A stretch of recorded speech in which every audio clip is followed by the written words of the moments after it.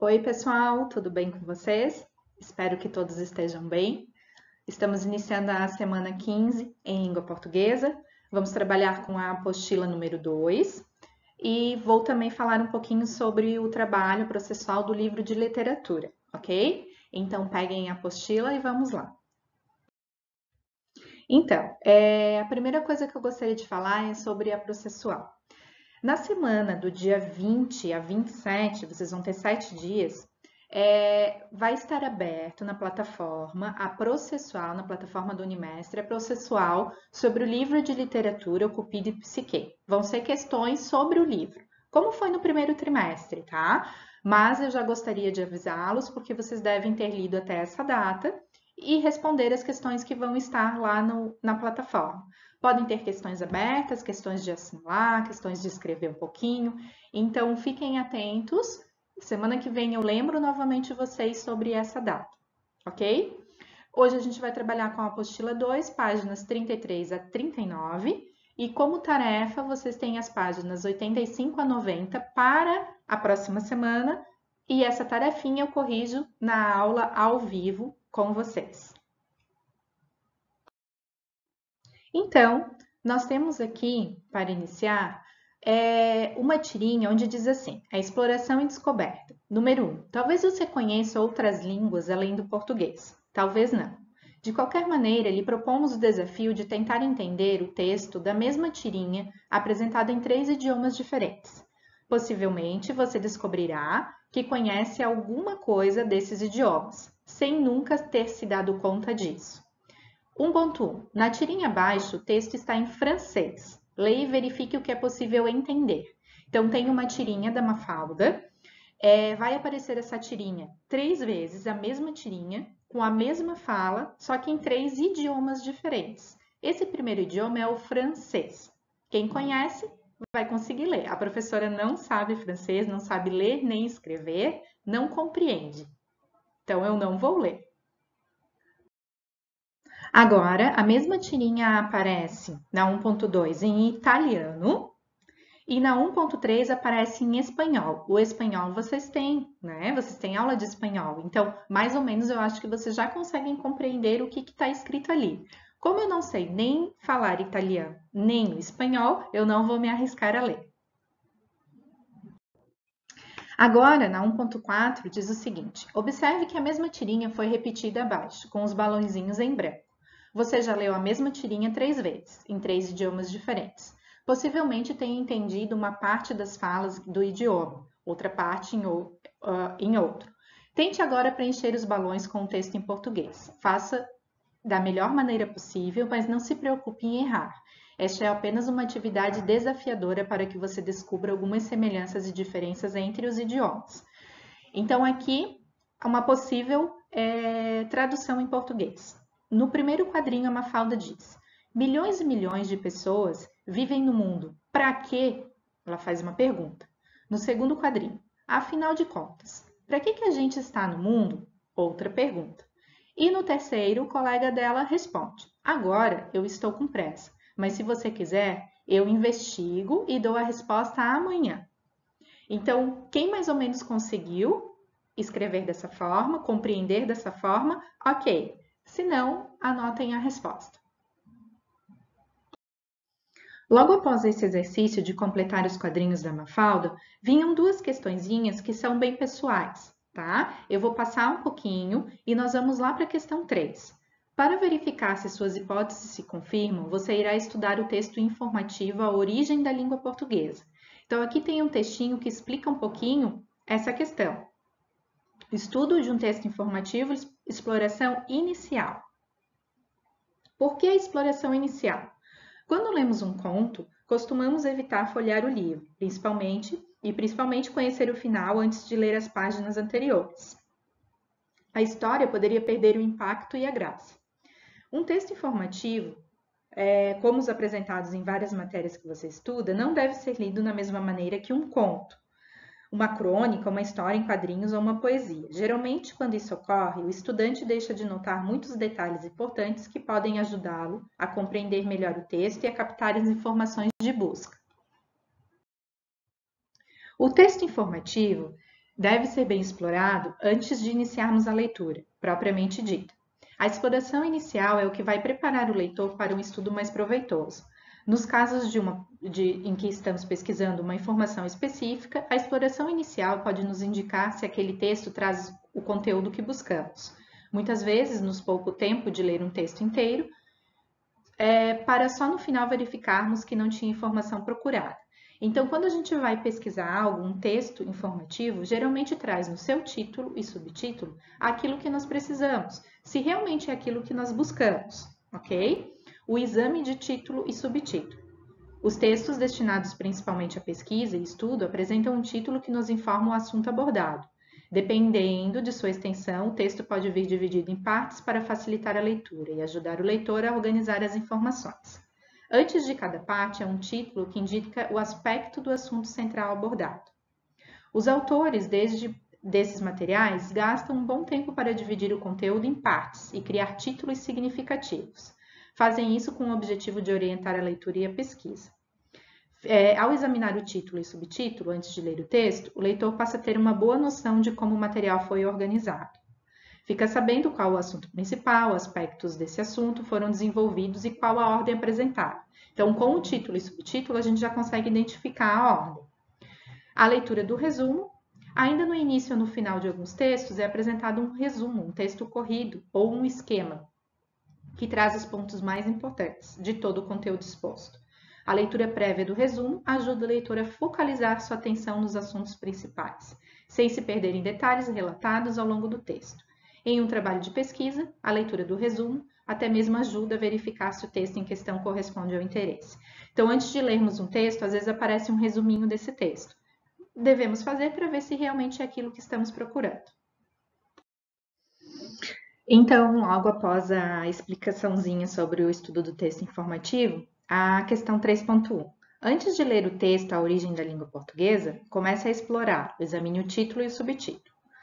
Depois de examiná-lo, responda as questões. Letra A. O título e o subtítulo lhe deram pistas de que encontraria no texto informações sobre a relação entre os romanos e a origem do idioma em português? Por que você achou essa conclusão? Tanto o título, como o subtítulo permitem essa informação, permitem que a gente saiba essa informação.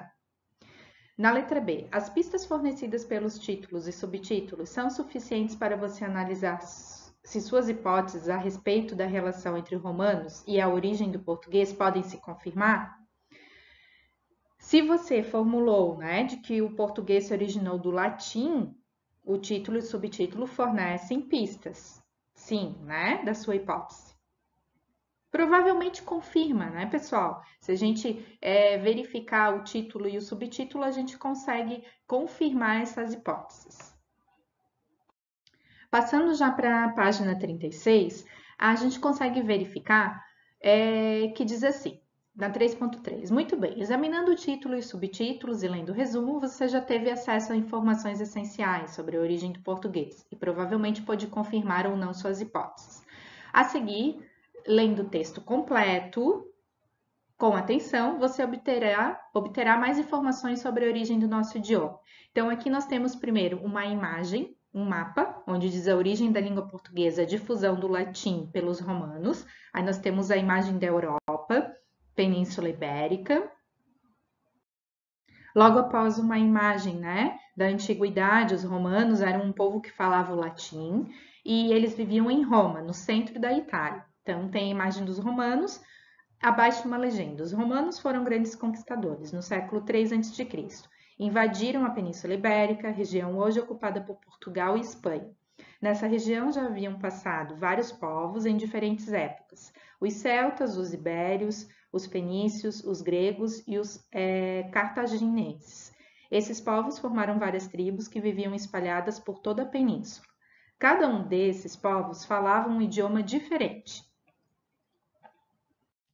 Na página 37, os romanos permaneceram na Península Ibérica por mais de 200 anos. Eles exigiam que seu idioma, o latim, fosse a língua usada na vida em sociedade.